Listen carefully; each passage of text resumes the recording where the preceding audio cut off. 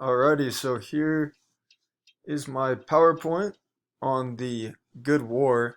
I had pages 257 to 267. Very good read, but I will get going with a brief little PowerPoint slide presentation for you guys.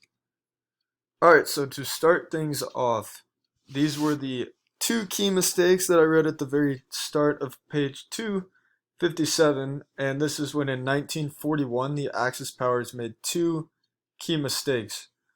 So the first mistake was in June. Hitler shredded his treaty with Stalin and invaded the Soviet Union, which was an act of arrogance that essentially doomed the Third Reich. And 6 months later, Japan ended up attacking the United States Navy. So clearly, a lot of trouble comes in within that, and Hitler shredding that treaty with Stalin came a lot of issues with the Axis powers. And secondly, the Japanese warplane staged a surprise attack on the American fleet. So this was December 7th, 1941, as it lay at anchor at Pearl Harbor. So in the space of several hours, 14 warships were sunk or crippled. About 200 planes were destroyed, most, as FDR lamented tomorrow, and some 2,344 American sailors and soldiers were killed. So this was one of the most fatal acts of the 20th century, and it roused the United States to action. Alright, so even before the war began, the Roosevelt administration had been giving thought to managing news coverage of any military action. So really, as it turned out, the entire program that FDR eventually settled on was an updated version of the approach first used by President Wilson, which was in 1917 and 1918. So almost no policy or procedure used in the Second World War had not been used as the earlier one. So except for any special rules that would have to do with covering the radio. So more than a month before Pearl Harbor, Frank Knox, the man pictured in the bottom right, announced that the Navy was training sensors to handle all outgoing communications from the United States.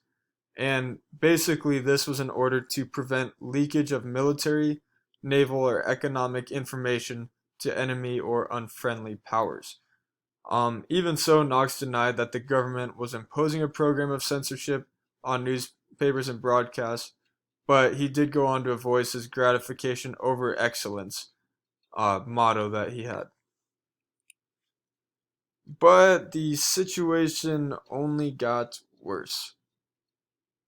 So the issue here is that the nations declared war on the United States.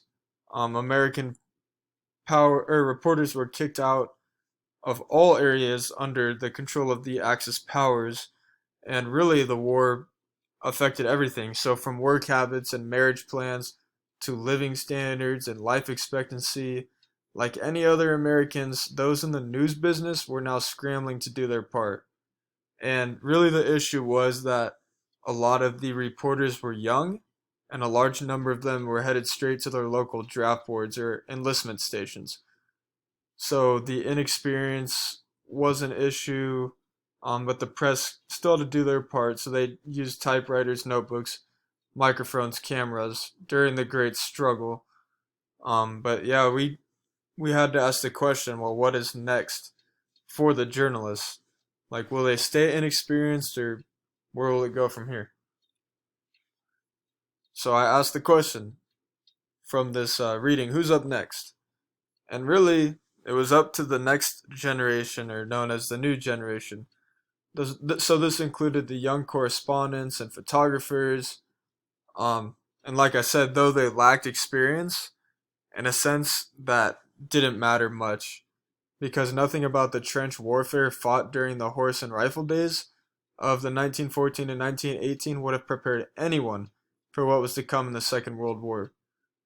So soon, newspapers and magazines faced another problem, and that problem was that they had more news to report than ever, and with the economy revving into high gear, more ads than ever as well.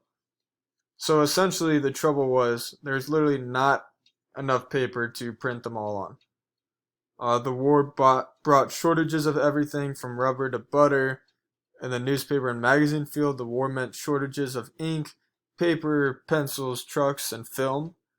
So as part of the mobilization effort, the organization called the Publishers Newsprint Committee and sprang into action and issued a rationing plan intended to allocate newsprint to publishers on a fair basis. So that is essentially where they are going from there. And so a form of expression that was encouraged by the government was the soldiers' own press and radio. In the print field, the military revived the defunct newspapers, which was known as Stars and Stripes, which had been mothballed since the armistice in 1918. And its pages appeared one of the greatest cartoonists of the era, and that's Bill Mauldin. And Bill Mauldin's creation was that he's very good with cartoons. And I believe he actually won he won a Pulitzer Prize for editorial cartooning. And also the military also published a weekly magazine called Yank, which was launched in the summer of 1942 and quickly expanded to reach an estimated 2.5 million readers. And almost all of them were actually enlisted men.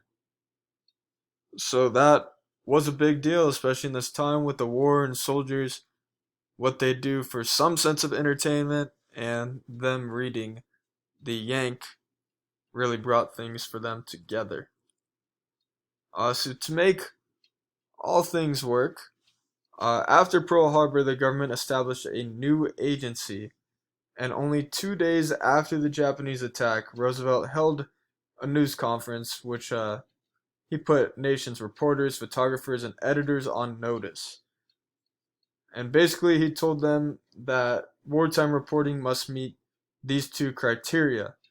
One, it must be accurate, which should not have been too much of an imposition. And two, it must not help the enemy. So within weeks, Roosevelt created a new civilian agency, which is the Office of Censorship. And he called on a man named Byron Price to run it, and give him instant credibility throughout the journalism world. Well, we've even talked about that in class as well, with how journalism, reporting, writing, it must be accurate among anything, and they did not want to help the enemy. And lastly, Roosevelt really wasn't always happy with the wartime press.